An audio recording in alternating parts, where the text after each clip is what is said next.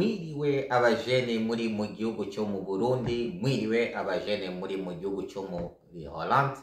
Mu mazina nitwa Jean Seguin Karorero, nkaba ninyambukira i Burundi mu gihugu cyo muri Hollande. Tungi turabahaye kaze muri iki kiganiro twise turi kumwe twese turashoboye. Ego turashoboye kwigishanya ikirundi. Uno munsi turi bwige amageneration yagiye abaho ngaha kwisi.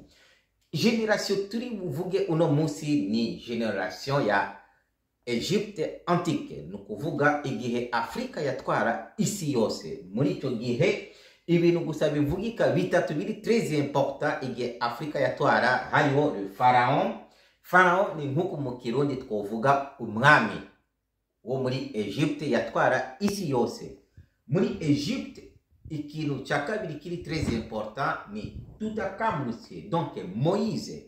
Moïse ni umuntu yanditse ibitabo vya kera twiga muri Biblia. Uyu ni umuntu ari très important avugika muri no generation ya Egypte antique mu gihe Afrika yatwara ubunyafrika. Umuntu agira gatatu ari très important bavugamo muri no generation ni Amram.